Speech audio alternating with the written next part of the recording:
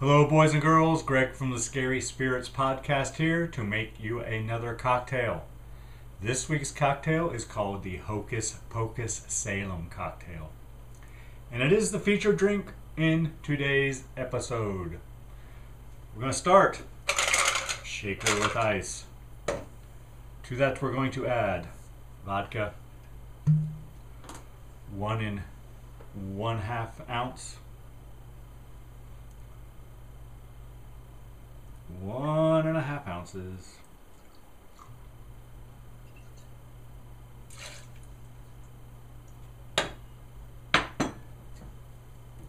next, Midori or melon liqueur, 1/2 ounce.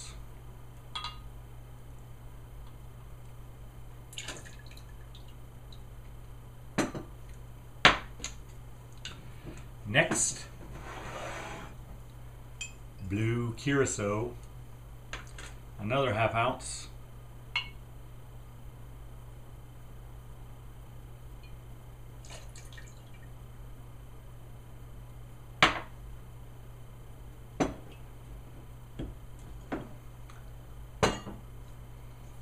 Orange juice,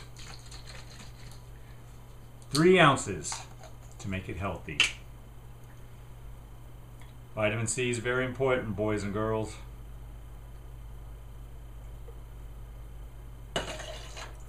Three ounces.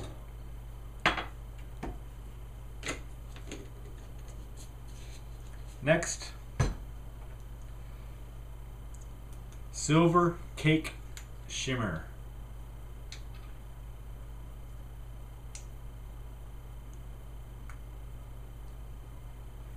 One teaspoon.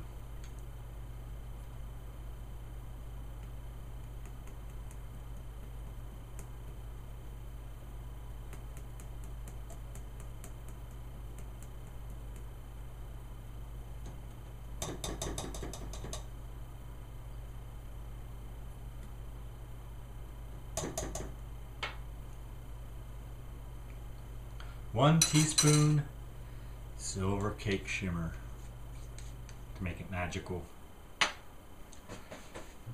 Next, we're going to shake.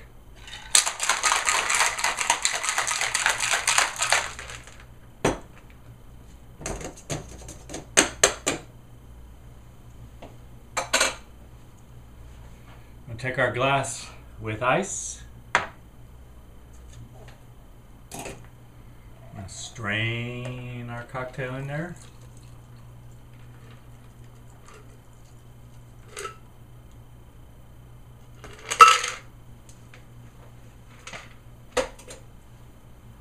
Next, we're going to add some Sprite.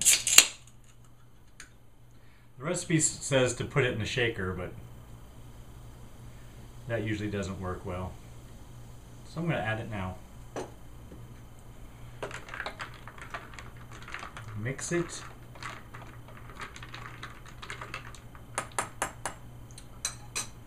Then we're going to garnish with a couple cherries. There you have it, boys and girls.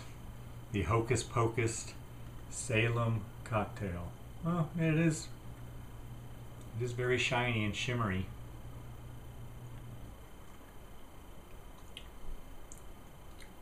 Yeah.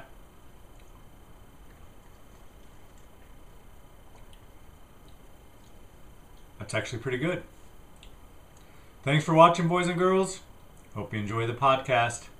See ya. You're probably living your best life, or at least doing the best you can, going about your daily business, not really worrying about what your great, you get the picture, grandfather was up to. But as this week's episode of the Scary Spirits podcast, the Lords of Salem, shows us, maybe we should do a little wondering. Especially if said grandfather was a witch hunter who was foolish enough not to cover the mouth of a witch he was burning, allowing her to brutally curse his future generations. My suggestion? You better go take a look at familytree.com. Cheers! Welcome to the Scary Spirits Podcast. Please be advised that the presenters may use adult language and or discuss adult situations. This podcast is not intended for younger listeners or those that may be easily offended. So, if you're ready, let's go.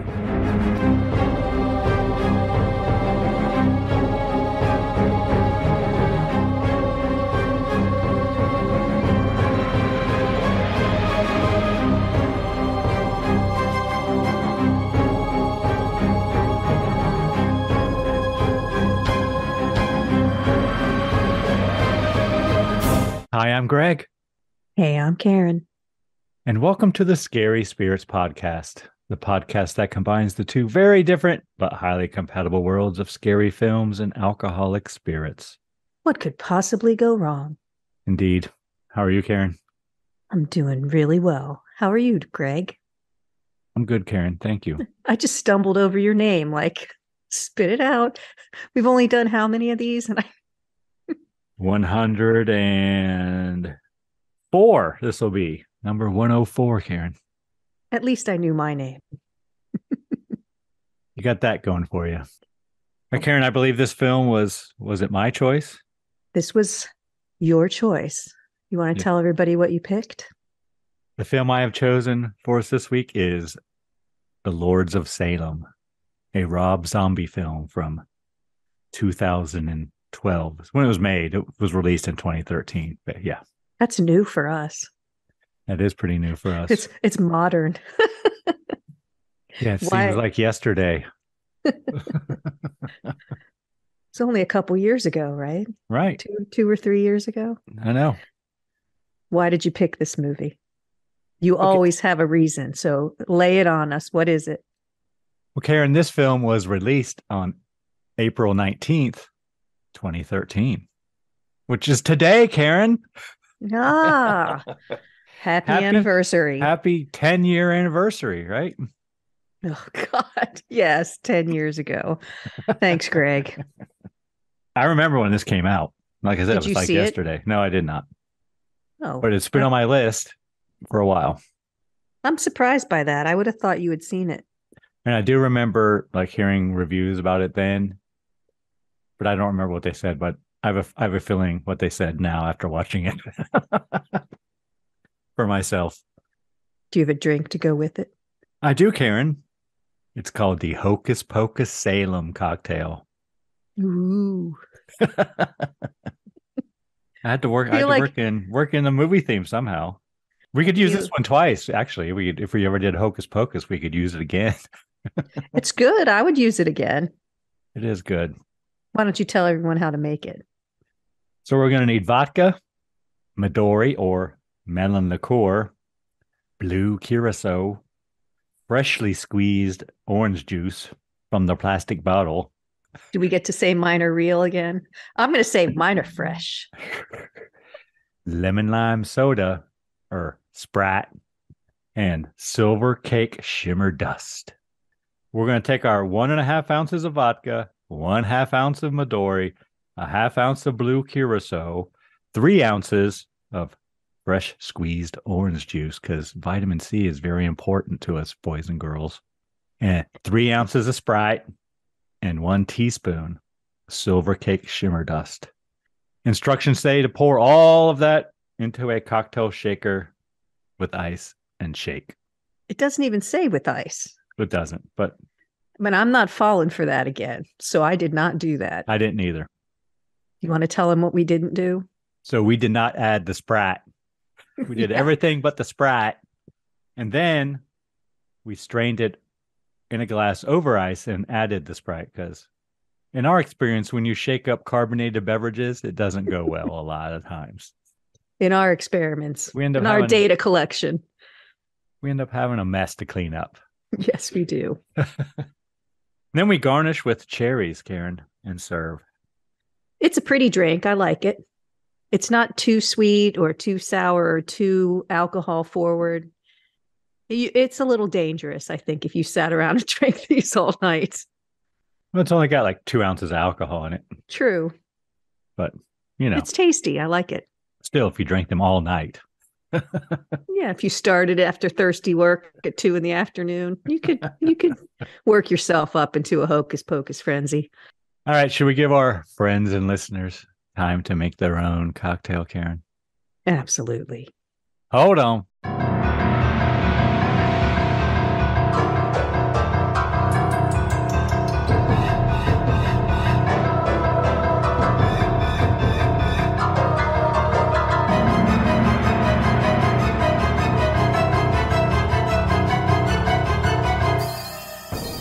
And we're back. Yes, we are.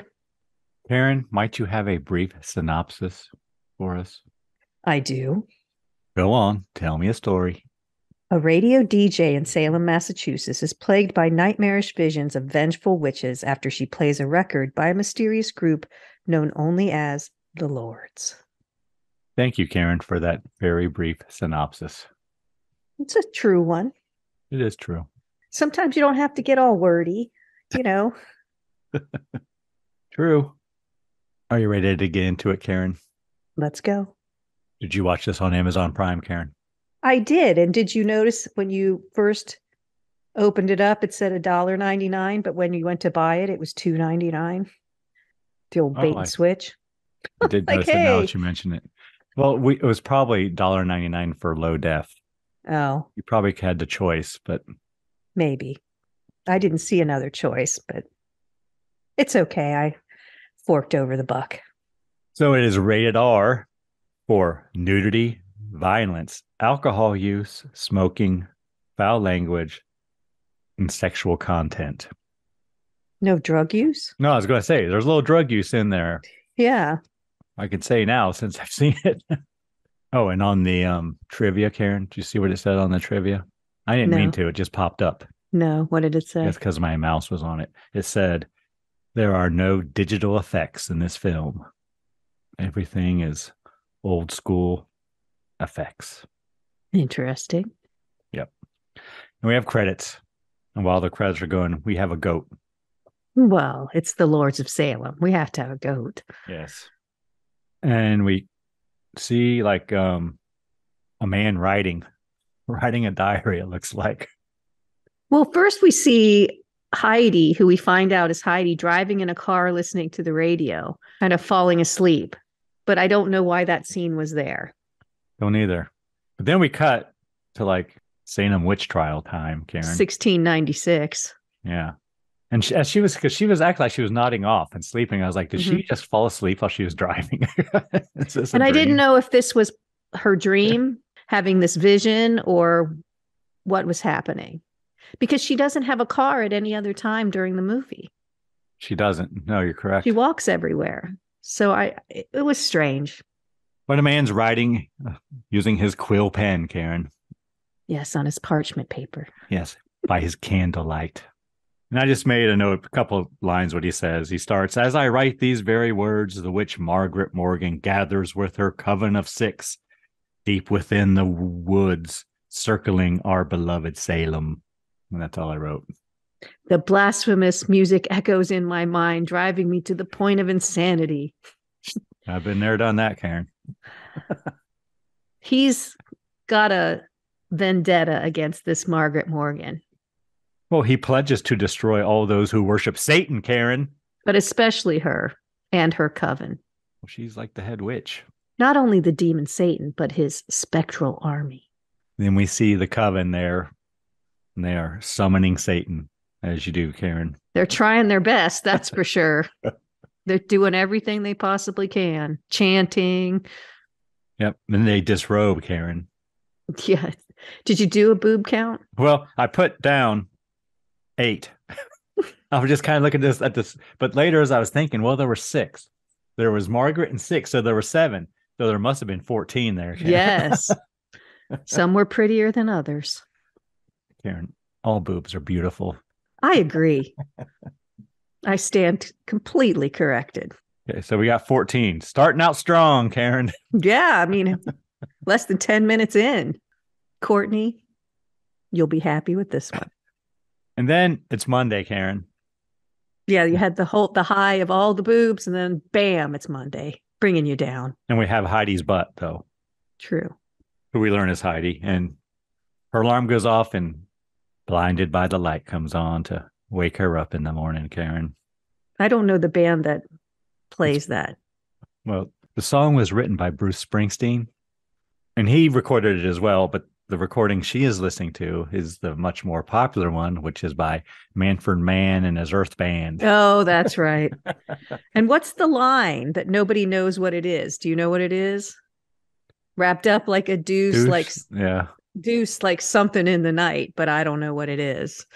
I don't know. Isn't it Romer? Like that's what I thought it was, a Romer, but I don't know. Anyway, that's all I know about that song. But there's a dog. Troy. And what kind of dog is he? Isn't he a golden retriever? He's a golden retriever. Do you know in the top 10 what number they are? They're probably number 1. No, labs are number 1. Labrador retrievers. Well, then number 2. No, they're number 3. Oh, okay. And when it comes to IQ, they're smarter than I thought. They're number 4. They're very smart. Because they kind of seem a little goofy because they're so friendly and smart. So they're number 4. Did I say we see 2 more bare breasts, Karen? Did I say that? Heidi's. Oh, we do. Yeah, Heidi's. Just saw she puts on a very flimsy t-shirt and some boxers. It's a Van Halen t-shirt. I did notice that. Yeah, but she's sleeping in the nude, so. Well, yeah, as you do. So Heidi goes out to get her paper. I guess she still got the paper in 2012 delivered to her door. And she sees someone in another apartment down the hall, or in apartment number 5, and she tries to talk to them, but they just shut the door. It's kind of like a shadow that she sees. And she says, "I'm here in apartment 2. Hi." And they just slam the door in her face. Probably how you greet new neighbors, huh? I don't say hi, Karen. I meant the slamming the door person. Oh okay. So then Heidi, does her stuff, and she eventually leaves to take Troy, the dog, for a walk. And as she's leaving, she runs into the landlord there. And she says, "Hey, I met the person in number 5." And the landlord says, "Oh, there's no one in there. I can't rent it. No one will take it." So she thought that was odd. But the landlady, who is Lucy, says she will take a look. Oh, I thought it was Lacey.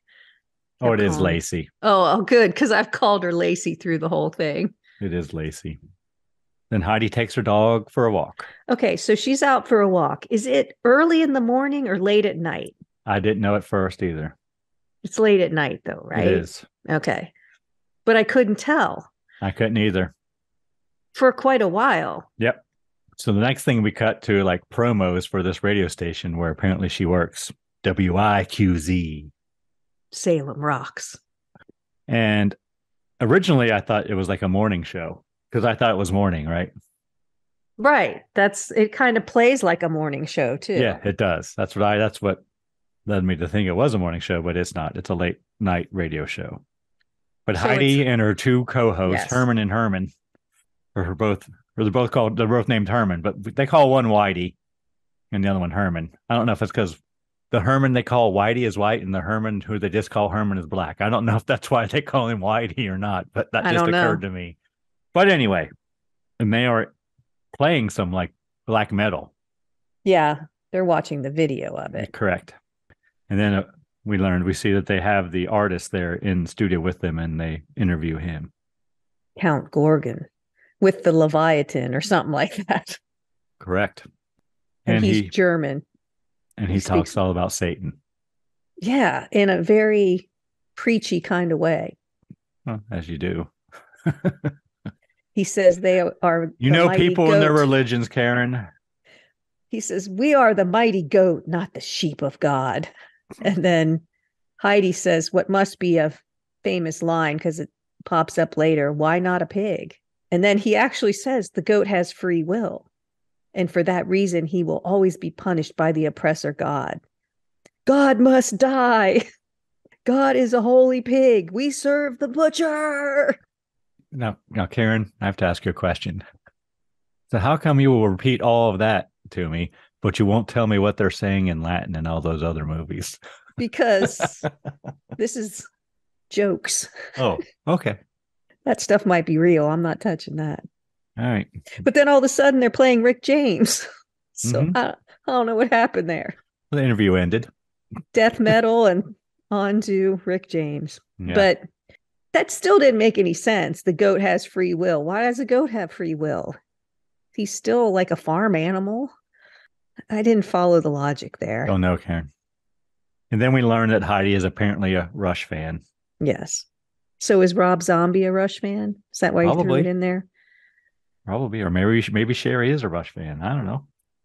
Well, Sherry is who Heidi. The actress is Heidi, and that is Rob Zombie's wife. Yes. Did you call her an actress, Karen? I guess she is. All right.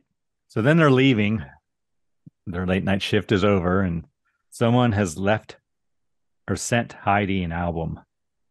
In a very old looking box. A vinyl record, boys and girls. It is making a comeback.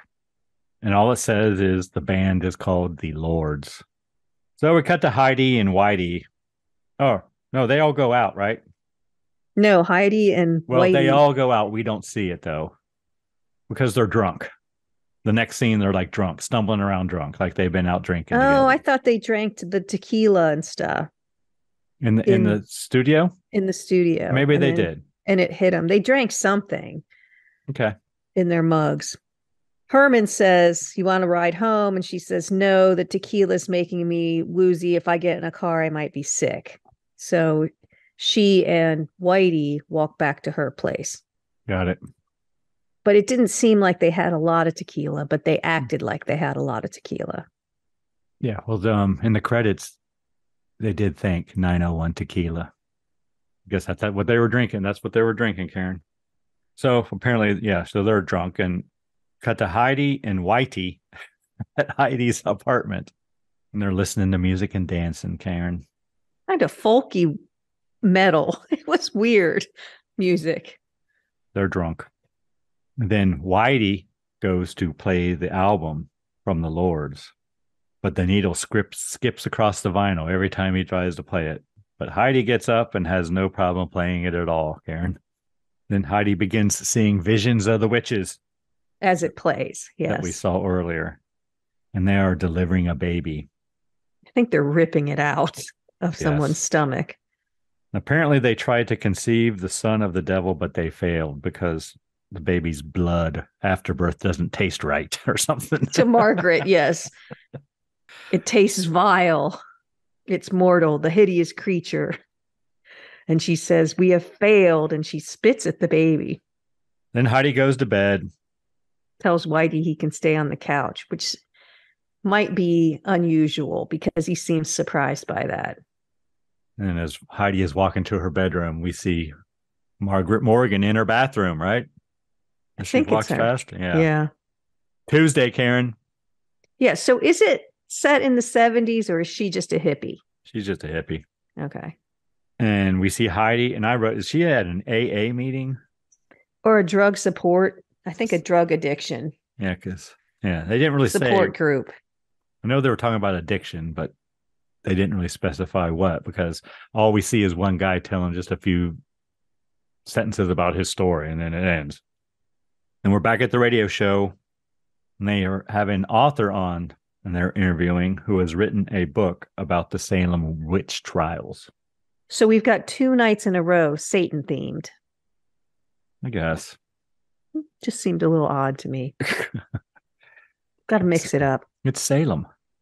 And he talks about current witches or Wiccans, because Heidi asked, "Are there still witches?" And he says, "Well, there are." He says Salem has a very large population of Wiccans, but there are no evil witches in Salem anymore. And Heidi does flirt with him a little bit. The two of them kind of exchange flirts. Not really anything obvious, but they kind of hit it off. And they do ask how many people actually died during the Salem witch trials. And he says 25, if you include the ones that died in prison. And I thought, God, that seems like such a low number, right? I mean, it's still it's a horrible number, but we're used to talking about the thousands, but that was in Europe. So he's correct. well, because he's counting the ones who died in prison. It's been 331 years since the witch trials, and people are still trying to determine why a court of law would have indicted, tried, found guilty, sentenced to death, and executed 19 men and women in Salem Village in 1692 for the alleged crime of witchcraft. Well, Rob Zombie has a song called American Witch. And in that, he repeats over and over in the lyrics, 20 innocents. Yeah, I saw 20 in some places and 19 in others. Okay. But this guy's counting also the ones who, when the trials were disbanded, so 25 died in prison. That's what he says. But yeah, so there are facts there. After they talk to Francis about his book, they decide to do Smash or Trash. For the song. They're going to play the Lord album. Yeah, because he says that at her apartment. He says we should do a Smash or Trash with this because it's so weird. So he puts it on, and this time he doesn't have any trouble playing it. No, he doesn't. Whatever. Maybe the turntable at the station is better than Heidi's at home. But anyway, as the music plays, we see a montage of females going about their business, listening to the radio. Listening to the show, yeah. And suddenly they all become spellbound. And we see two more bare breasts, Karen, because one of them's getting ready to get in the shower. Of course. That's an easy bare breast moment. And Heidi tells him to turn it down. Yeah, because it's really bothering her. But apparently it's affecting all these other women in town as well. The group is called the Lords. And Herman says, well, they're probably local, so we can call them the Lords of Salem. There's our title, boys and girls. Yep. Ding, ding, ding, ding. So then while they're talking in studio, while the music is playing, Francis asks Heidi about the album and the song, and he seems very curious about it. It gave him a bad feeling. She says it just shows up at the receptionist's desk. Nobody saw it delivered or anything. It just appeared with a note only for her. And he does find that especially interesting. So next we cut to him returning home to his wife, and they talk, and we learn that his wife recorded the show. She looks like a painter, and it's a very cool apartment that he has. I really liked it. So he asked her, hey, did you record that song they played after my interview? And she says, yeah, but didn't really have any effect on her. No, it didn't. Apparently. And he says, well, good, because he wanted to listen to the music again. It disturbed him. And here I wrote that from now on, they just called the band the Lords of Salem. We cut to Heidi because she's walking home. I think she's trying to learn French. Yeah. She must be listening on her headphones. She was wearing headphones. She was. And I made a note that she walks past the statue of Elizabeth Montgomery on her way home in Salem. I would never walk home at night with both headphones over my ears. That's crazy dangerous. Well, this was way back in 2012, Karen. Still, didn't do it then. and boys and girls, Elizabeth Montgomery, she was on Bewitched, the TV series Bewitched. Yes, the original TV series, not the movie. What was her name? Samantha. Yeah. She gets to her apartment building, and her landlady asks her to join her and her sisters for a drink. You know, back to Elizabeth Montgomery. I was always mad when I was younger. I couldn't twitch my nose. It annoyed me. Okay, go on. Well, neither could Tabitha, right? So she had to use her finger. Yeah, but still. Boys and girls, Tabitha was Samantha's daughter, who was also a witch. The little girl. Cutest little girl. Little witch. Little blonde-haired, blue-eyed witch. But we digress. Yes, we do. So Heidi says, yeah, she'll join Lacey and her sisters, quote unquote, for a drink, but she has to go up and feed Troy first. And as she's getting in her apartment, the light hanging in front of door number 5 is swinging. But she didn't notice it. In the hallway. No, she didn't. Yeah. She's not very observant, I don't think. Neither's Troy. I even made a note. Troy's worthless, I wrote at one point. Well, he does. I did say it at one point. Why is he not seeing these things? Because we're getting to it right now. Yeah, they do usually, but he does later. So Heidi, does he? So Heidi turns on the light in her kitchen there, and there's Margaret Morgan there again in her kitchen, like standing on the counter or something in the corner. We're the only ones that can see her, though, because she doesn't see it. And Troy, the dog, just sits there like nothing's happening. So that's when I wrote, Troy is worthless. I say, usually dogs are keen on this kind of stuff. And then I said, they better not kill the dog. What they do is kill off a bottle of wine. Well, yeah, Heidi goes down and starts drinking with Lacey and her quote unquote sisters. And we learn that one of them, Megan, is a palm reader. And she tells Heidi her fate. Well, she wants to. And she tries to. She pretty much does, I think, for the most part. She goes pretty deep. She doesn't say, well, no, she doesn't do it. Have to come to grips with her dark inner self. And she said, it's not your destiny, it's your fate. It's your fate. Yeah. And she gets very... Fate is predetermined. Destinies can be altered, she says. And Heidi says, I don't think I want to know this. Megan says, you must make peace with your subconscious desires. Yeah, it's pretty dirty. I didn't make a note of what exactly she said, though. Yeah, she got a little crude. And one of the sisters is Dee Wallace. And she's getting more agitated as Megan is starting to talk about the darkness within your very soul. I think that Dee Wallace, I don't know what her name was as a sister. Let me tell you. Sunny. Oh, okay. I think Sunny and Lacey were trying to be a little more delicate and kind of maybe warm her up to the idea and but not Megan, man. Right in. I kind of got the feeling that Megan and Sunny are like yin and yang. Yeah. Like even one's blonde, one's a redhead. It's just. So Heidi excuses herself, right? She says, nah, I got to go. And is it her we see walking in the hall? Or was it a damn witch again? Because I couldn't tell. Said, back upstairs. I like that wallpaper. There's a ghost of a naked lady walking around. Okay, so it was the witch. Yes. Okay, Margaret Morgan. And now we're watching a black and white movie. It's very, wallpaper is very Haunted Mansion-esque, I would say. Yes, it is. It's not quite Haunted Mansion, but it's an ode, I guess, to the Haunted Mansion. It's dark, probably either very dark gray or black, and it has gold kind of design in it, but I like it. So somehow Troy gets out and starts scratching at the door of apartment 5. Yeah, so at that point, he's barking and scratching at the door, so he knows something's up at that point. She goes to retrieve him.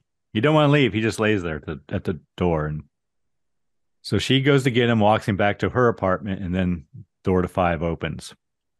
And there's cool lighting down there. It's all red. I said, there appears to be a red fluorescent light bulb in there. I thought maybe it was a fire, like a fireplace, but you're right. And she goes in, right? Which I would never do.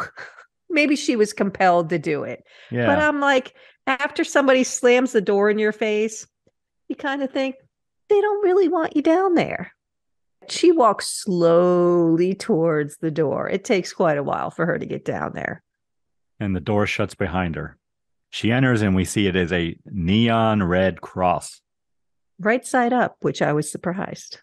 And as she stands there and is looking at it, facing it, we see the shadow of something that appears to be Harry standing behind Heidi. It's Bigfoot. As she raises her hands. Like she's warming herself almost in the neon light. And then I wrote vision of the beast ? Because it's like all of a sudden there's fire and shit everywhere. And there's like a big hairy animal. Like, is that supposed to be Satan or something? I guess. Then the door opens and Heidi leaves. As she's walking back to her room, she hears voices. I guess she hears them because we hear them. I assume she's hearing the same thing we are. Yes. Sister, feel the earth, taste of the air. I think it's Margaret. Yeah, and then we see her, right, in the hall, Margaret Morgan, and she tells Heidi to bleed us a king.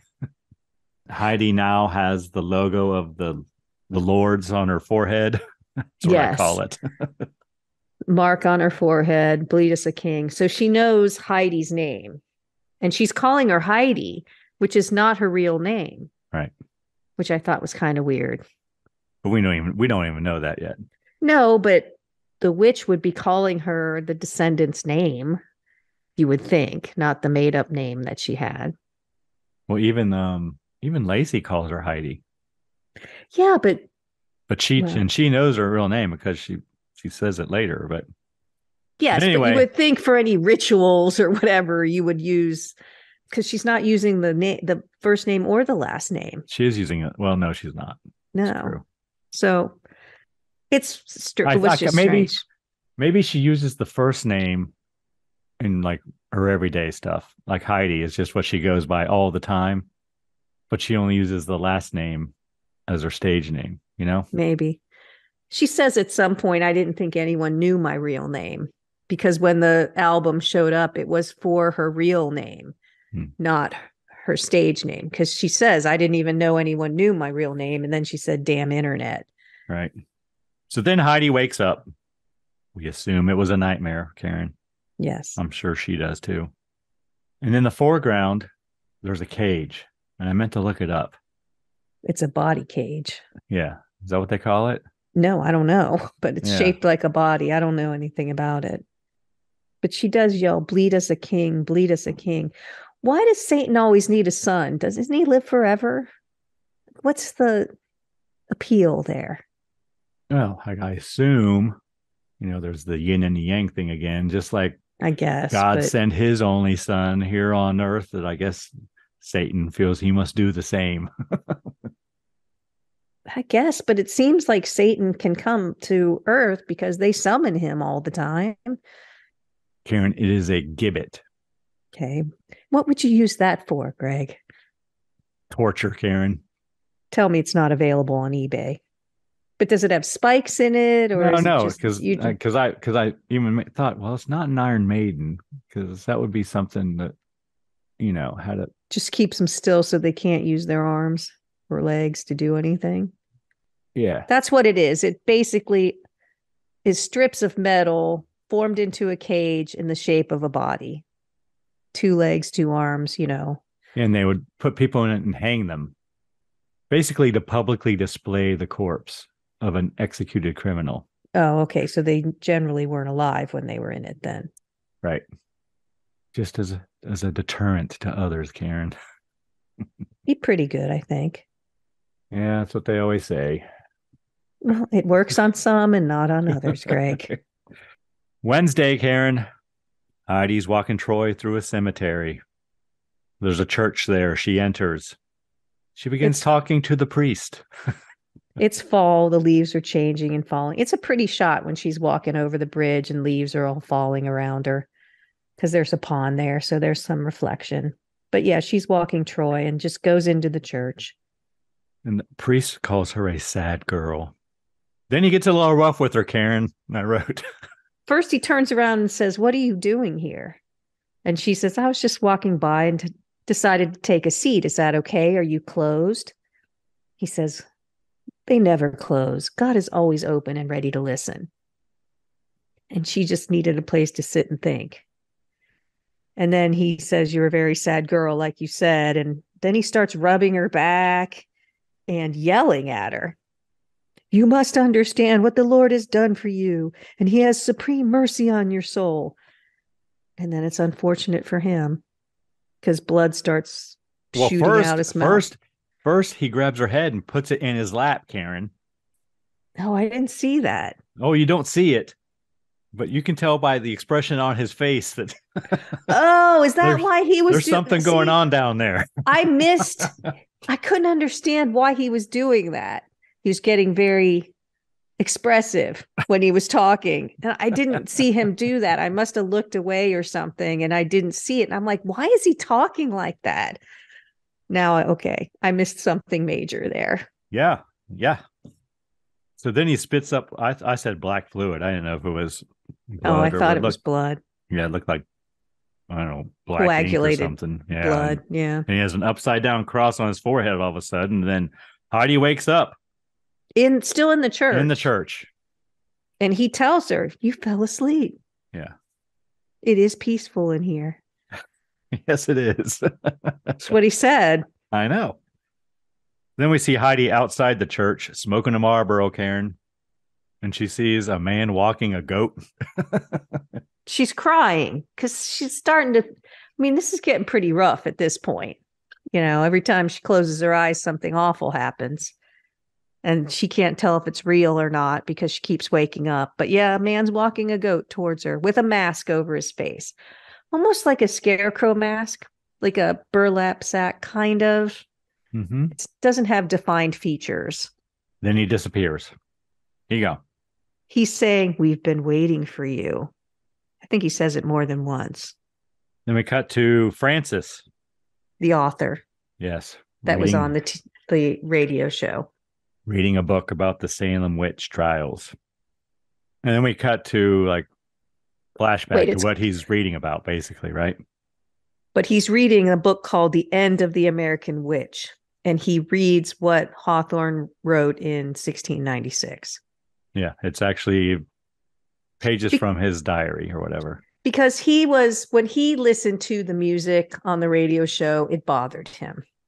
And it upset him and he couldn't figure out why. And then he's like, I've heard the Lords before, the Lords of Satan. He's like, he couldn't figure out where he'd heard it before. So he started to go, because he wrote a book about the witch trials, he's researched all this stuff. So he went back to a book and he found where he had seen that before. He's having a vision or we're just seeing it. I don't know what happened. We're just seeing it, what he's reading about, I think. Because they're burning the coven, the 6 witches. On either side, 3 on either side of her. Yeah, and then Margaret. And then Margaret, the head witch, is like chain her to a chair or something and put an iron mask on her. And when they put the iron mask on her, I swear to God, I said, they need to tape her mouth because she's going to curse them all. Because that's what witches do. And how would you know that, Karen? People talk, you hear things. But was it so they sit her down on this chair? It's full of nails, right? I have no idea. Yeah. It could have been, yeah. The whole thing was nails and they squish her on it. That's true. I think you're naked? Right. I think she was, I can't remember. No, because blood comes out everywhere. But she's just smiling as they squish her in the chair. And all the witches on either side of her screaming bloody murder and their faces are turning black and until they stop. Yes. But they're all calling for Satan. All practical effects. It was pretty gruesome. So the book Francis is reading contains the diary of Reverend Hawthorne. Pieces of it, not the whole thing. Hawthorne refers to the witches as the Lords of Salem. It also has the logo and the music written out in like manuscript form. But wait, he wants his wife to do something, but she's not going to do it because she's taking a bath in the coolest tub I've ever seen. It's just like a copper tub. So cool. Yeah, okay. He wants her to play the music written in the manuscript. Yeah, she must be a musician as well as an artist. So she plays it. Francis plays the tape recording she made. And he asks, is that the same music? And Francis's wife said, yeah, it's the same. The same thing. But Francis's wife doesn't think it's a big deal. No, it doesn't do anything to her. No. It still kind of bothers him. Is he a lifer in Salem? Are his descendants all from Salem? Don't know. They didn't really say. But for some reason, it bothers him a little, but it doesn't bother her at all. She's not affected at all. Hello, boys and girls. Karen and I hope you are enjoying the podcast. You know what I think can make your listening experience even better? A delicious themed adult beverage. You can find all our drink recipes on our website, scaryspirits.com, in the recipe den. Tune in every Wednesday and join us for a drink. Now, back to the show. So, cut back to the station. Guess who's coming to town? And Heidi's late, for one thing. But Herman says that the Lords are coming to Salem. And it's a free concert, and they have all the tickets. One night only. One night only. But the show is free. Yeah. They play the song again, and Heidi has visions. And she coughs, I think, too. She does. She gets ill and has to leave the studio. She can't breathe. Runs to the bathroom and cries because she doesn't know what's happening to her. Yeah, and as she runs out, Herman seems very upset. He slams his fist on the table. And Whitey tries to talk to her, but she's locked herself in the bathroom. Yep. Next, we see Heidi back at her apartment playing with De La Mortis toy. Yeah, it's a creepy toy. And we see rats outside the hallway of her apartment. From apartment number 5. They're coming out of it. Thursday, Francis goes to visit the author of the book he was reading. He asks the author about the diary of Reverend Hawthorne. He says he doesn't have it, but he read it and he remembers it. And he tells Francis about the curse of Margaret Morgan. So I wanted to know if John Hawthorne was a real person. He is. Well, they spell it differently. They do. But he was. He was a merchant and a magistrate of the Massachusetts Bay Colony in Salem. He is best known for his early and vocal role as one of the leading judges in the Salem witch trials. They spelled his name differently, but it's the same guy, presumably. Well, Nathaniel Hawthorne was a descendant, and he changed the spelling of the name, apparently, from what I read. No one wanted to be related to him. But Nathaniel Hawthorne spelled it the way it sounded, is what I read. So even though they spelled it Hathorne, it was pronounced Hawthorne back in the 1696 or whenever it was. So he put the W in? Yeah. So Margaret put a curse on the females of Salem. And she also said that Hawthorne's bloodline is the vessel by which the devil's child will inherit the earth. There you go. Cut to Heidi at Whitey's place this time. And they're watching an old swashbuckler, Karen. Yes, they are. He's making her some tea, I think. So she's been acting strangely. And Whitey thinks she's on drugs. Because apparently, as we saw in that short scene, she's going to a support meeting. So apparently she's had a problem in the past. Yeah, I think that's why Herman, is upset too. Yeah, I think everyone thinks she's on drugs. But she says she's clean, and at this right, she is. But they're afraid she's relapsed. But she says no, she's clean. They don't really ask. But she knows what they're thinking, and she's just says it outright. And then she says the record is really messing with me. Yep. As soon as she begins talking about the Lord's record, she begins coughing up blood and seeing things. Whitey calls 911 for an ambulance. Heidi sees visions of doctors behind Whitey with no faces, right? Kind of like I said, that kind of scarecrow burlap mask, but painted over. They have no features, but a nose. So you can tell it's a person, but they have no eyes, no mouth, just one of them creepy. Touches Whitey and he drops. Yeah, they zombify him immediately. And then she begins having visions of them pulling a creature from her stomach. And she wakes up in her bed. Well, I said they're ripping open her stomach. Wait a minute. Are they pulling her intestines out? No, wait. Oh, no. This is what it's written in my notes. Yeah. Nope. Some sort of monster they pull out of her. And she wakes up if from a dream.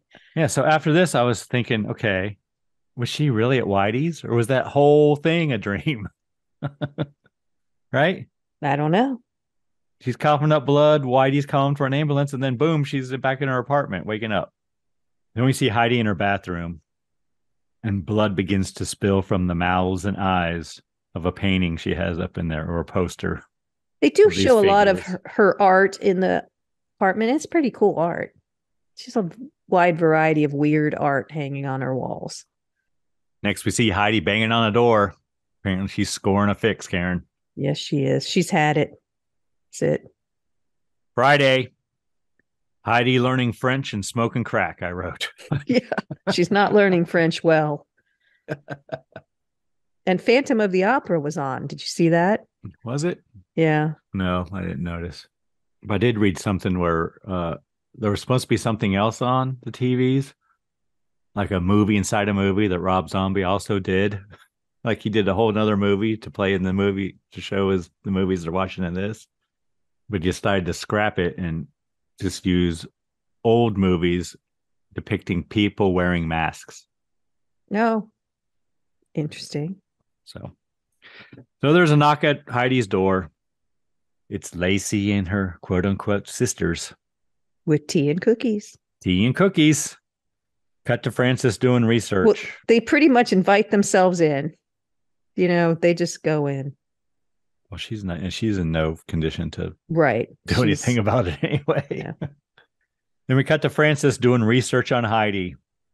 He learns that she is a Hawthorne and she was born in 1974, Karen. I wrote, Frances is able to trace her family tree all the way back to Reverend Hawthorne in seconds. Goes to familytree.com, types in her name, and boom, there's her whole family tree. So then Frances tries to call Heidi. Megan answers the phone, tells him that he has the wrong number and to not call back again. Tells him he's rude for calling that late at night. As soon as they were at the door, I'm like, they're it's all over now. There's something not good right about them. You didn't think so when they were down in the killing off the bottle of wine? I had, slight suspicions. And then they lock Troy in the bathroom. They place Heidi in a wheelchair, I guess, and wheel her down to apartment number 5. And they praise Satan. They draw a symbol with chalk, the symbol. The logo. The logo. Satan's logo. No, the Lord's logo. Oh, the Lord's That's what I call logo. it. Okay. The band, the Lords, it's their logo. I know, logo. but I like it better as Satan's logo. So then Heidi walks through the door to the apartment, and apparently the apartment is a huge fucking opera house in there. Yeah, I'm like, is it church? No, it's a mansion with a staircase and painted ceilings. It's beautiful. And she approaches a strange baby-like figure. Okay, so all of a sudden her face is painted white with symbols on it, the logo, like a voodoo goddess. Okay, yeah, or something. All of a sudden, she is the movie poster. And I said, I didn't know she was the movie poster beforehand, but she is. And I think is this where the shirt says, "Why not a pig"? Oh, no. She's wearing that striped sweater. Oh, okay. It's at some point she's in a t-shirt that says, "Why not a pig?" Or the pig or something. Okay. But I said, is that Satan? He looks like a little person. And I said, with no reproductive organs. Like it's this strange. Is it supposed to be a baby, or is it? It's a little person. A little person, like full grown. It was this part was. I had no idea what was happening. It looks like he's got a gash through his stomach. Yeah, and I said, "Oh, it's supposed to be the baby." I think because she's holding on to, I don't know, some like intestines. Right. Connected to the baby. Yep. At first, I wrote it the umbilical cord or tentacles? Well, because it's more than one. Yeah, she's got one in each hand. So at first, I thought umbilical cord, but then I said, no, unless there could be 2. I don't know. It was weird. Oh, she throws down whatever she's holding. She's like doing a rope workout. Like if you've ever been to the gym. And they put these long ropes on the floor, and Karen, hold one. No, I've never been to the gym. In each hand, and then you kind of make waves with it. It's hard. Trust, it's very difficult because the weight, the ropes can be quite heavy, and you have to like make the wave go all the way down. Ooh. That's what it looked like she was doing, only with intestines or something. I don't know. It was very strange. But she throws them down, and then she leaves the apartment very slowly again, and. The sisters are there Lacey and very her happy. Sisters are all waiting there for her on their knees. Then they tuck her into bed. And the little baby figure comes and stands by her bed. I said I could not sleep with light up nightstands next to me. Did you see those? Those were They were kind of cool, but I would never be able to sleep with those in my room. So they were square boxes and they were white because they were lit from within. Mm-hmm.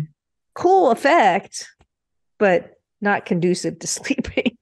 Not for me. I need a cave.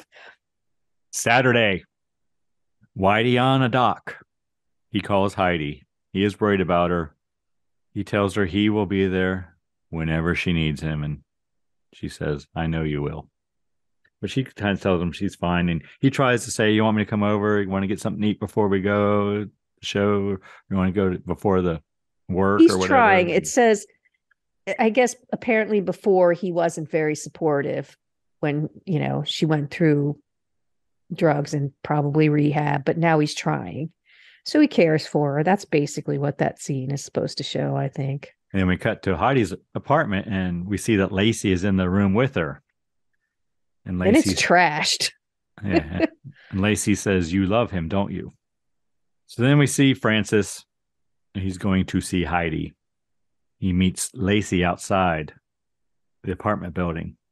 Lacey says that Heidi has stepped out, but come on into my apartment and have some tea. Yeah, that's not good. Yeah, and we know Heidi's upstairs because they cut back and forth to her up there, like, passed out, kind of in the mess. Yeah, cracked out's a better word. Yeah, laying in her fridge or something. So then Francis has tea with Lacey and her sisters. And he's uncomfortable. Yeah, I wrote, things get a little tense. Yes, they do. And, as is to happen, Sonny hits him with a iron skillet. Yes, but we do learn before that they're kind of coming on to him a little bit of, so are you married? Well, he Sonny says is. yes. Yeah, and he does say his wife is from Venezuela. So we do learn that, and that's why she's not affected by the whole situation. They make that clear. But yeah, they know that he's going to tell her the information he's found. And Sonny goes to get the Yes. and comes back and knocks him. So then Francis regains consciousness, and the women are standing above him, and they have his book, or the book he was reading. They what'd you call it? The End of the American Witch, which they say is their favorite fairy tale. Yes, and they're not happy. Oh, so then yeah. Sonny beats him with the cast iron pan. Over and over and over. And Heidi, we see Heidi flinching every time. She can hear it. Yep. And he gurgles a little bit. It's pretty brutal. But they just put a towel over his bloody face and have some tea. Yeah, what a waste of a good man. Yes. Sonny said that, I think. Yeah. So Whitey arrives to pick up Heidi. I guess we're going to the Lords concert. Yeah, in a car when he's been riding a bike this whole time. Lacey and her sisters are sitting on the stairs, and I just wrote they like mess with him. They do. He goes up and bangs on her door, and eventually she answers. So Lacey stands in the hall behind Whitey and tells Heidi that it's okay. She can tell him to wait outside. So she says, can you wait outside? And that's what he does. So then we cut to the venue where the concert's going to be, and Herman is there already, like outside the back door or something. Stage door. I don't know. Seems like they're in an alley. And Heidi and Whitey arrive. Whitey and Herman kind of like have a discussion about what the hell's going on with Heidi. And while they're doing that, she goes in the stage door, shuts it, says bye, and then shuts the door on them. Yeah. So the two Hermans are outside. And later, remind me of that at the end. Because there's this big mystery at the end. And they were there. I mean, presumably they can't get in there. Mm-hmm. It just seemed weird to me that they were right there. And it did look like there were men in the theater, didn't there? At the front, to me, it looked like there were. Because I said, is it all women? But anyway, it's all women in the audience, apparently. Cut to the theater. We see Lacey and her sisters on the stage, all backlit. It's pretty cool. And of course, they're praising Satan, Karen. And I wrote there's about 20 people in the audience, give or take. And we keep seeing cuts of Heidi up in the balcony. Again, backlit. And then Margaret Morgan and her coven of 6 arrive. And they tell Heidi they've been waiting for her. They have always been waiting. Then they pull out their instruments and play the song, Karen. Well, Margaret cackles and says, "Welcome, horrors of Salem. I can taste the flesh of your ancestors rotting in the forests of filth." Or something. She's crude. Yeah, go on. No, There's more. no. She's laughing and there's lots of Froggy's fog. Then all the women in the auditorium begin to disrobe, including Heidi, Karen. But we don't see her breasts, do we? No, not Heidi's. No, but we see lots of others. Did you do a count? Well, no. And we have a montage. I just wrote montage. We got naked witches, masturbating priests. Yeah, but they were in masks. Yeah. And they had colorful members. Did they? Yeah, they were like red and blue. Well, I guess they are when you buy them in the store. Yeah. And then Heidi is being assaulted by the black metal musician, and she's riding a goat. Yes, like a bull rider, kind of swinging her arm back. She's being assaulted, and she's riding the goat in a men's room. Did you notice it was a men's room? I did not. It was a very fancy men's room with neon and shit, but all down both walls were urinals. Oh, I didn't see that. I did notice there was a baby on a cross burning. Didn't see the urinals, though. And Margaret Morgan, just a montage of all kinds of crazy shit. Yeah, right? and melting religious icons. And Jesus saves in neon on a cross. Then we cut to Heidi on an altar, ? I wrote. I don't know. Yeah, all of a sudden she's on a bed of animal fur. So maybe. And the witches are all laying hands upon her, Karen. Yes. And she gives birth to an alien creature. Actually looked like the fucking creature in Alien, right? So it looks the face I've hugger. I've not seen Alien the whole way through, but it said it looked like a lobster. They're all happy. Black screen. Well, Megan's hugging the lobster. Yes. And then it goes black screen. Black screen. We're noticeably, it's not long, but it's noticeably longer. Yeah, I thought something happened. Normal. Yeah. Then we see Lacey and her sisters. And again, they're backlit and they're kneeling. And then they look up and they seem very pleased. Karen, they're smiling. And we see Heidi standing upon the naked bodies of all the people who attended the show. A mountain of bodies, and she's standing on top. And apparently her tattoos are gone now, too. Because that thing on her chest is gone. Yeah, it's gone and it's replaced by the logo scarred into her. There's scars of the logo in her chest. Okay. And their eyes are all white. And yes. And it's a very Messiah looking. Yes. Except that it's a pile of bodies and her eyes are whited out. But it's very Messiah looking. Then we cut to Heidi playing with Troy. Yeah, but I did. Credits. And while the credits, we hear a radio reporting a mass suicide at the Salem Palladium. 32 members of the Female Lifers Salem Club have died. And Heidi Hawthorne is missing. So why did we see her playing with Troy? No evidence that she was among the victims, even though she was there. Credits. The end. Why did we see her playing with Troy if she's missing? Is she somewhere else? Don't know. I thought it was like a flashback or something. Don't know. I do like when they do credits with pictures at the end. Like, I do like that because you get to see, sometimes if you don't know a name, it's nice to put a face with a name. Was that which one? Who played, this didn't have a huge cast, but I like when they do the pictures. All right, Karen, anything you really enjoyed in this film? There's one thing that I liked and didn't like at the same time. It was filmed in a very unique way, I think. It wasn't crisp. It wasn't blurry, but it wasn't crisp photography. There was always kind of... That's interesting. It always felt kind of heavy.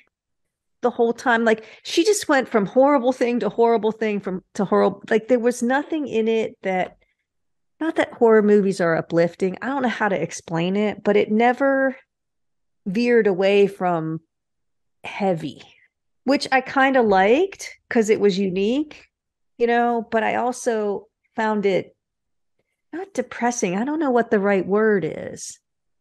It's like there's just no hope for her. There's no hope for anyone around her. Like I thought that guy was going to help her, and they just smash his head in with a cast iron pan. You're like, okay, he's not. And then the two that are with her at the Palladium, like, how did they just give up on her because they couldn't get in and they left? Like, why wouldn't you call the police if your friend was high on crack in the Palladium? When you have somebody break in, like, what happened to them? Where did they go? Don't know. They're not even the ones that found the body. It was like I know janitor or some shit, right? That's what I mean. It was just, I don't know. So, but you're not talking about. Well, first you said it's not blurry, but it's not crisp, right, or something like that. Yeah, like it's almost like pixelated or then something. Then you went off on another thing about how it's heavy. So, well, that's how I am. It's like pixelated. That's the best way for me to describe. Well, this is the first film that he did digitally. Oh, well, I don't know if that has anything to do with it or not, but I did read that. It looks to me like if I tried to blow up a picture too big and it was like, would they be like, are they going to know or are they not going to know? Like, that's what it looked like to me. It didn't look like clear, crisp photography to me. I can kind of see that. It's not blurry. But it kind of had that House of the Devil. It almost like a filter was over it or something. I don't know. Remember we did the House of the Devil and it was supposed to occur in the 80s and it looks like it was the 80s because of the film even. Yeah, yeah. So that I liked it and I didn't like it. That way of shooting it because it felt different. It gave a different feel to it, but it was kind of frustrating. Like it felt like low quality. So it was both for me. And the same thing when I went off on my tangent about being heavy. I liked it and I didn't like it because, it never gave you a chance to come up for air. It felt like it just kept getting darker and darker and darker without, sometimes there's like a little romance thrown in or I don't know, something to kind of give you a breather before you go to the next thing. This just seemed like, that I thought if they kill the dog the whole time, I'm like, if they kill the dog, I'm out. I'm just going to tell them I quit when they killed the dog. I don't know what happened after that. Nothing stood out for me that I really, really liked, but I did think those things were interesting about it. Did you have anything you especially liked or were surprised by pleasantly? I like the music. True. At one point I was thinking, this would probably be a pretty good soundtrack. Even when they played Requiem or whatever, it was. Yeah, and oddly, that's not on the soundtrack. It's not? No. Yeah, I mean, yeah. Anything you didn't like, Karen? Other than the two things you already said that you liked and didn't like at the same time? The acting wasn't stellar. I didn't mind. What's her name? Sherry? Mm-hmm. But I thought even like Dee Wallace was over the top. She went too far to I know her name was Sunny, but I just assumed that's how she was directed. Yeah, but right. I mean, the head witch was creepy and her makeup or special effects were pretty good. I mean, her teeth looked rotted out. So I will say the special effects for having, what did you say? No digital. Mm-hmm. It was all practical effects. I think that was pretty good. I guess I would agree. I mean, they looked like they were burning. I did see a filling or two. Well, but in their mouths when they were but at least while they they're weren't being burned. But at least they weren't like sometimes you'll see these and their whole face is muddy and then they smile and it's like ting, like their teeth are brilliantly white and straight. They took the effort to make them look like witches. Were those their real bodies or do you think there were special effects on her? Yeah, I think the Was it a suit? Yeah, the lady who played Margaret Morgan. Yeah. Yeah, that wasn't, no, she was wearing a suit. Yeah. Foam latex costume. Meg Foster played Margaret Morgan. It's interesting to note. I did have another note on the Salem witch trials, and we've talked about that a couple of times. But the trials only stopped when the governor's wife was accused of witchcraft, so he disbanded the court. They reached too far. They got greedy, and that was the end of it. It was fine when it was the little people, but when it came up and it was his wife, he's like, that's it. We're not doing this anymore. And that was the end of it. Nobody questioned. Well, I'm sure they questioned it, but nobody did anything. His name was William Phipps. Is there anything you didn't like about it? Oh, let me tell you, Karen, what I have written down. What do you have? What do you got, Craig? I wrote, Sherry is not believable as a tattooed woman with dreads. She's not a good actor or actress. I don't think. She didn't bother me, but it was weird. Sometimes she looked like she was about 18 and other times she looked about 50. And I couldn't figure out how old she was. Yeah, she's not a very good actress, I don't think, in my opinion. I didn't believe anything. I didn't believe it, you know? Even when she was trying to like really sell it, I'm like, no. Was she ever in anything else? Does he put her in all his yes, movies? Yes. She's one of his cast of actors. He uses a lot of people, including the lady who played Margaret Morgan, apparently. And there's Sig Haig is in it for like 1 second. I mean, I knew he was in it, but I never saw him. He's like in it for just like a second. Crazy. And I wrote when they're doing the radio show in studio and they're playing all them damn sound effects, it's annoying. Yeah, that's why I thought it was a morning show. Me too. It's annoying. Yeah, it was annoying. I agree. That's a morning show. Or they used to be that way. It's annoying, whatever it is. Of course, I wrote Troy is worthless. Aw. He wasn't mad until he was locked in the bathroom. He was handsome, though. They just hired him for his looks. And I just have a couple other notes here that witches were hung, not burned in Salem. They seem to go more with the European version because there weren't torture devices like that here, I don't think. Like the chair with the nails and the cage. I think that was more in Europe. And just in case you're interested, the goat's name is Needles. Poor Needles. Poor Needles being ridden by Sherry Moon Zombie. Yeah, John 5 did the soundtrack. Is he famous? I don't recognize it. He plays guitar for Motley Crue right now.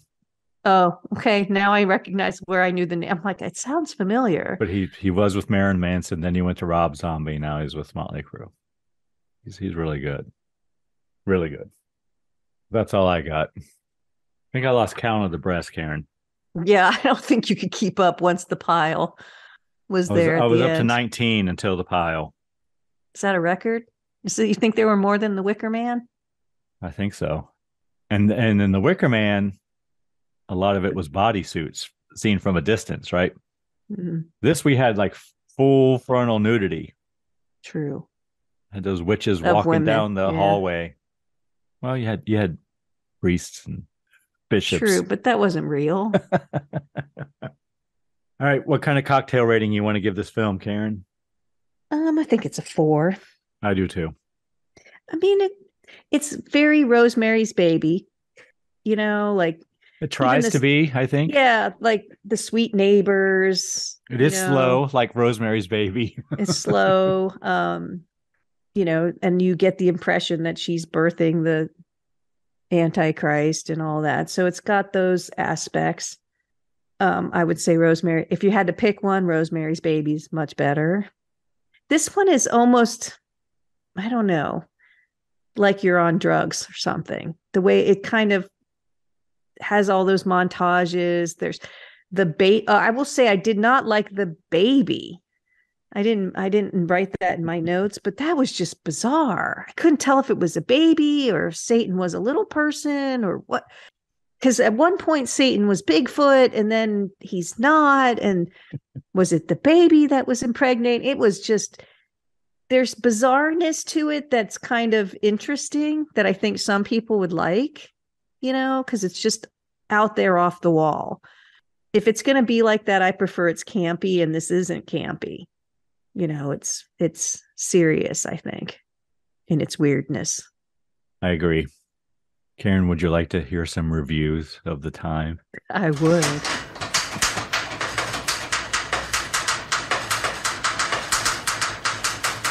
First one I have is from Dread Central, 9/11/2012. This is when it was in festivals before it was released. And I paraphrase, of course. The usual hyped up and rambunctious Midnight Madness crowd at the Toronto International Film Festival fell into an eerily silent, spellbound state as they witnessed the premiere of Rob Zombie's latest project, The Lords of Salem. Those expecting Suspiria on crack will be deeply disenchanted, for Zombie's narrative lacking indie on witches is not the gory, fast-paced horror flick fans of his previous efforts will be expecting. In fact, it is the polar opposite and is a movie that needs to be slowly digested rather than quickly dismissed as schlocky art house fare, which unfortunately will be the first initial reaction of avid fans of Zombies' compromised mainstream films. It is a movie that relies on salient, visceral impact rather than following a coherent narrative, and doing so makes this a brazenly bizarre work of art. It exerts a riveting fascination in its imagery, and it's the film's blaring score that cues the attentive audience to squirm in their seats by the haunting atmosphere. Unfortunately, by the third act, the film becomes so disjointed and can be argued that it is weird for weirdness' sake. Many viewers will feel cheated by the abstract finale and will most likely feel the urge to blast it in any online forum they possibly can. It is completely different from anything Zombie has done before, and it will most likely take time to fully appreciate his ambitious intentions. I like that they called it an art house film. I would agree that it is. I mean, not what I would call a good one. No. But it has that feel as like Carnival of Souls or whatever. Right. Yeah, I agree. It's like weird for weirdness' sake. That's what. Yes. It's trying to be weird. But an art film is a good way to describe it. I think I was searching for something like that and couldn't come up with it, Next one I have, Karen, is from the Austin Chronicle, April 19th, 2013. So this came out the day it was released. Again, I'm paraphrasing. Rob Zombie remains a singularly unique visionary in a cinematic genre too often ruled by dirt doll sequels and an imagination-free quote-unquote product. That's not to say that this film is a triumph along the lines of 2005's soul-searing The Devil's Rejects. The Lords of Salem, with its dreamy narrative structure and deep references that span the spook show gamut, is not so much a narrative film as it is a series of micro-nightmares, each and all bolstered by Zombies' trippy and unnerving sense of style. While the film never coheres or makes all that much sense, it's a gas to see him run creepy-ass riot over what passes for horror movies in contemporary Hollywood. The film's plot, what there is of it, takes a backseat to the film's skewed sense of the everyday slipping into the freakishly bizarre. Moon Zombie, or Sherry Moon Zombie, has come a long way acting-wise, he writes. Her psychic meltdown is believable, and while the script calls for her to undergo all manner of madness, her performance here is by far the most nuanced she's ever given. The Lords of Salem is clearly a project that Zombie has had stewing in his blood and black lace heart for, I assume, ever. The fact that it's not a masterpiece seems almost moot. It is a head trip to be sure, but it's Zombie's electric haunted head, so my advice is to just sit back and goggle. He seems like perhaps he's an acquired taste. I guess, but I just, this might be her best performance to date, but it still ain't good. So, well, how many films did he do before this? Several. House of a Thousand Corpses. Is that Devil's before? Rejects, the Halloween remake? Did you like that? I don't know if I've seen it. So I might have seen parts of it. This is the only Rob Zombie, I think, film I have seen in its entirety. I might have seen the Halloween one. I don't know. If I did see it, it was like I was traveling and I was up late watching TV and fell asleep. I have one more, Karen. This one is from Empire magazine. 4/22/2013. This one's a short one. I'm going to read the whole thing because it's too good not to. Okay. In an unexpected turn, gorehound Rob Zombie has dropped the slasher genre for something more ambitious. A retro occult horror that draws on Polanski, The Shining, and Ken Russell, and still ends up looking like an Ozzy Osbourne video. If hot goat imagery, wanking bishops, and midget gimps are your thing, your luck's in. Mrs. Zombie, Sherry Moon, plays a late-night radio DJ recipient of an album that seems to be summoning Salem's witches for a comeback gig. The odd flashback strikes a pervy chord, but the tone and cast are all over the place. We sat through it with a knowing smile, but Mr. Zombie might have been after a different reaction. A mishmash of ill-fitting horror weirdness that will keep hardcore zombie fans happy, but won't wow the casual dabbler. He's not wrong. It does look like an Ozzy Osbourne video. I can see that. There's definite imagery that would be in there. It even looks more like a Rob Zombie or a White Zombie video, Karen. Well, probably. All right. What'd you think of the cocktail, Karen? The Hocus Pocus Salem. The movies might be iffy, but the drinks are always solid. It's a good one. I like the color. I like the taste. I like it a lot. You like the shimmering silver magic dust? I can't really see mine very well. I could see mine when I first made it. All right. Anything we learned today? We learned about golden retrievers, that John Hawthorne was a real person, that there were 20 people killed, 19 or 20 witches killed in the Salem witch trials. What was the cage thing you found? The gibbet. The gibbet. I assume that's how you pronounce it. I couldn't find one. And you mentioned who did the soundtrack, which is probably John 5. Interesting, I'm sure, to some people. Would you like to know his real name, Karen? Or would you like to know how he got the John 5 name? Either one. We can put his real name in a family tree and be done in 2 seconds. No, John William Lowry. That's not a terrible name. He was named John 5 by Marilyn Manson, apparently. Why? Because that's the way Marilyn Manson is. Mm. I guess. Yeah, Manson gave him the name John 5. We learned that witches were hung, not burned in Salem. And that the goat's name is Needles. Very important. Very important. Troy was Troy. Troy was Troy. Was he, though? I thought I saw it at the end. I didn't see it. Oh, maybe not. I did see Needles the goat. Okay, Karen. Next film. It's your choice. It is. Do you have a film for us? Or are you just going to come up with one off the top of your head? Or no, we're going to watch Shadow of the Vampire. Oh, Shadow of the Vampire. Yes. Is that a vampire film, Karen? It is. Enough said. I don't even need to tell you why I picked it. It's a vampire film. Actually, it's a film about the making of the film Nosferatu. Since we watched and talked about Nosferatu recently, I thought it would be interesting to Last watch week, this Karen. one. Just a week ago. Seems like a month, but it's just a week ago. Do you have a cocktail for the film, Karen? Are we going to do this one dry? That sounds horrible. I do. I have a cocktail called the Hypnotic Margarita. Unfortunately, The reason it's called a hypnotic margarita is because it's a brand of liquor called Hypnotic, and it's HPNOTIQ. Okay. But you can substitute Blue Curacao for it. But I think I'm going to look for it. I want Hypnotic in my liquor cabinet. What do we need?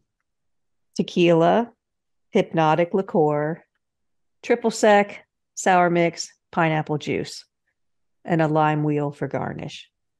Basically, you throw it all in a shaker, shake it up, and pour it into a margarita glass or a rocks glass filled with ice. Never heard of the liquor, but I'm going to look for it. But if you can't find it or you don't want to, you can use your Blue Curacao. I believe this is another film from the 2000s period. Ooh, we're edging towards modern. All right. Anyone you need to thank this week, Karen? Of course. I need to thank our listener. There's a lot of podcasts out there. Thank you for spending time with us. What about you, Greg? Who do you need to thank? Karen, I need to thank the people of the great state of California.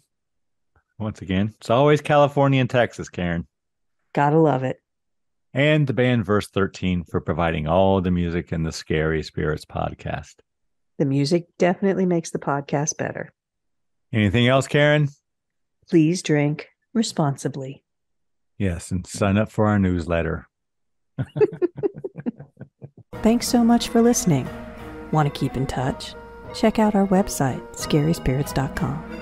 Follow us on Facebook and Instagram at Scary Spirits Podcast. Find us on YouTube at Scary Spirits Podcast. If you have questions or comments, you can email us at info@scaryspirits.com. To help us grow the podcast, you can leave us a review on Apple Podcasts. You know, we really do appreciate your support. And as always, please drink responsibly.